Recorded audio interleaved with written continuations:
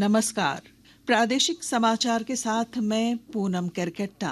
पहले मुख्य समाचार। झारखंड हाईकोर्ट के कोयला चोरी मामले में पुलिस संलिप्तता की सीबीआई जांच के आदेश के खिलाफ सुप्रीम कोर्ट में 20 दिसंबर को होगी सुनवाई। राष्ट्रीय परीक्षा एजेंसी अगले वर्ष से केवल शिक्षा संस्थानों में प्रवेश के लिए आयोजित करेगी परीक्षा, भर्ती परीक्षा नहीं। राज्यपाल संतोष कुमार गंगवार ने रांची के NIAMT में अंतर्राष्ट्रीय सम्मेलन का किया उद्घाटन। कहा, फाउंड्री और फार्मिंग तकनीक औद्योगिक विकास की रीढ़। जामताड़ा में प्रशासन ने रामेश्वरम राइस मिल को किया सील। PDS चावल में अनियमितता का आरोप। और भारत के लिए सबसे ज्यादा विकेट लेने वाले दूसरे बॉलर रविचंद्रन अश्विन ने इंटरनेशनल क्रिकेट से लिया संन्यास। और अब समाचार विस्तार से। केंद्र सरकार एक देश एक चुनाव विधेयक व्यापक विचार विमर्श के लिए संयुक्त संसदीय समिति को भेजने पर सहमत हो गई है। गृह मंत्री अमित शाह ने लोकसभा को बताया कि प्रधानमंत्री नरेंद्र मोदी ने सुझाव दिया था कि विधेयक संयुक्त संसदीय समिति को भेजा जाना चाहिए ताकि इस पर प्रत्येक स्तर पर विस्तृत विचार विमर्श हो सके। श्री शाह का यह बयान कल लोकसभा में विधि मंत्री अर्जुन राम मेघवाल द्वारा 129वां संविधान संशोधन विधेयक और केंद्र शासित प्रदेश विधि संशोधन विधेयक पेश किए जाने पर शोर शराबे के बीच आया। लोकसभा में ये विधेयक पेश किए जाने के तुरंत बाद विपक्षी दलों ने इस पर आपत्ति व्यक्त की।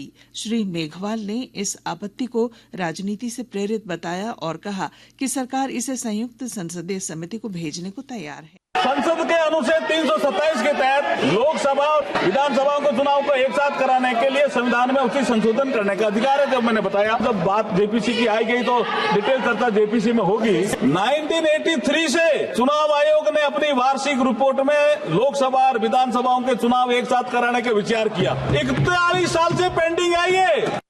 धनबाद में कोयला चोरी और इसमें पुलिस संलिप्तता की सीबीआई जांच के झारखंड हाईकोर्ट के आदेश के खिलाफ दायर याचिका पर अब सुप्रीम कोर्ट में 20 दिसंबर को सुनवाई होगी। फिलहाल शीर्ष अदालत ने झारखंड हाईकोर्ट के उस आदेश पर रोक लगा दी है जिसमें धनबाद में कोयला चोरी और इसमें पुलिस संलिप्तता की सीबीआई जांच का आदेश झारखंड हाईकोर्ट ने दिया था।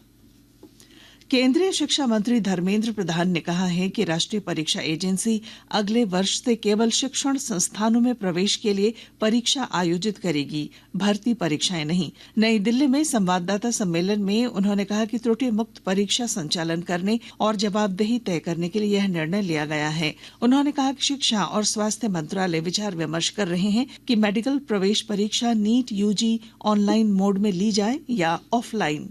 शिक्षा मंत्री ने कहा कि CUET UG वर्ष में एक बार ही आयोजित होगी।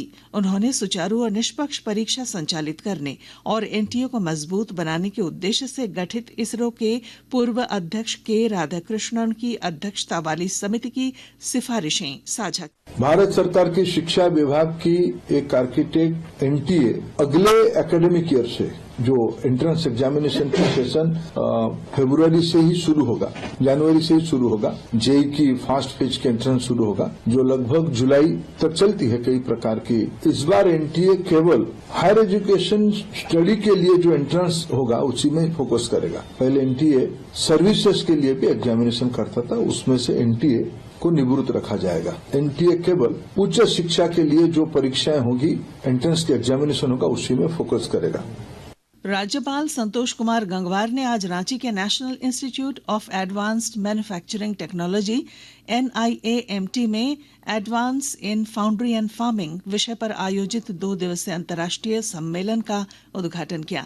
मौके पर श्री गंगवार ने कहा कि फाउंड्री और फार्मिंग तकनीक औद्योगिक विकास की रीढ़ है जो निर्माण, ऑटोमोबाइल, एरोस्पेस और रक्षा जैसे क्षेत्रों में अत्यंत महत्वपूर्ण भूमिका निभाती हैं। राज्यपाल ने कहा कि इस प्रकार के आयोजन प्रधानमंत्री नरेंद्र मोदी के आत्मनिर्भर भारत और विकसित भारत के दृष्टिकोण और लक्ष्य को साकार करने में सहायक सिद्ध होंगे। जामताड़ा जिला प्रशासन और पुलिस की संयुक्त टीम ने बेना स्थित रामेश्वरम राइस मिल को सील कर दिया है। जिला आपूर्ति पदाधिकारी राजशेखर ने बताया कि निरीक्षण के दौरान मिल में PDS दुकानों का चावल और रिपब्लिक ऑफ बांग्लादेश प्रिंटेड बोरे सहित अन्य आपत्तिजनक सामान बरामद किए गए। उन्होंने कहा कि मिल मालिक द्वारा PDS दुकानों से चावल की खरीद की जा रही थी। जानकारी मिली विश्वस्त सूत्रों से कि यहाँ चावल पीडीएस का गवर्नमेंट का लिया जा रहा है, साथ ही साथ बाहर से भी तस्करी हो रही है। तो रिपब्लिक ऑफ बांग्लादेश का यहाँ बहुत सारा बैग मिला और चावल एक गाड़ी है, वो जांच का विषय है। 45 राइस है, 36 बैग, उसकी जांच की जा रही है। वो जांच के बाद वो पता चलेगा। जिला प्रशासन के आदेश पर हुआ है, अभी सीज किया जा रहा है। आकाशवाणी के ताजा तरीन समाचारों के लिए आप हमारी वेबसाइट news.on.air.gov.in पर लॉग ऑन कर सकते हैं। ताजा समाचार X handle @AIR news alerts और Facebook page all India radio news पर भी उपलब्ध है। आप प्रादेशिक समाचार एकांश के एक्स हैंडल @AIR न्यूज _ और फेसबुक, इंस्टाग्राम पेज तथा YouTube channel AIR news Ranchi पर भी हमारे बुलेटिन सुन सकते हैं। प्रादेशिक समाचार आप आकाशवाणी रांची से सुन रहे हैं। कृषि, पशुपालन और सहकारिता मंत्री शिल्पी नेहा तिर्की ने जानकारी दी है कि बहुत जल्द राज्य में प्रखंड स्तर पर पशु बाजार की शुरुआत होगी। इसका उद्देश्य वाजिब दर पर अच्छे नस्ल की गाय या दूसरे पशु किसानों को उपलब्ध कराना है। इसे लेकर विभाग योजना से संबंधित कैलेंडर भी जारी करेगा और पशु बाजार में खरीद बिक्री को पारदर्शी बनाने के लिए रेट चार्ट भी जारी किया जाएगा। सरायकेला खरसावां जिले में अफीम की अवैध खेती को रोकने के लिए विभिन्न थाना क्षेत्रों में जिला पुलिस द्वारा अभियान चलाया जा रहा है। विस्तृत ब्यौरा दे रहे हैं हमारे संवाददाता। सरायकेला खरसावां जिले में अफीम की अवैध खेती को रोकने के लिए विभिन्न थाना क्षेत्र में जिला पुलिस द्वारा अभियान चलाई गई है। इस अभियान के दौरान जहां ग्रामीणों को जागरूक करते हुए उन्हें नशा के दुष्प्रभावों के बारे में बताया जा रहा है, वहीं सूचना के आधार पर अफीम की अवैध खेती करने वालों पर सख्ती से कार्रवाई भी की जा रही है। पुलिस अधीक्षक मुकेश लुनायत ने कहा कि अफीम की अवैध खेती को रोकने के लिए जिले में व्यापक स्तर से जागरूकता अभियान चलाई जा रही है। इस दौरान नशा के दुष्प्रभावों के बारे में भी लोगों को बताया जा रहा है। पुलिस अधीक्षक ने बताया कि अफीम की अवैध खेती की सूचना भी प्राप्त हुई है। गोलक बिहारी, आकाशवाणी समाचार, सरायकेला खरसावां। मौसम। राज्य में शीत लहरी और तेज हवाओं की वजह से कड़ाके की ठंड पड़ रही है और कई स्थानों पर न्यूनतम तापमान 10 डिग्री सेल्सियस से नीचे दर्ज किया गया है।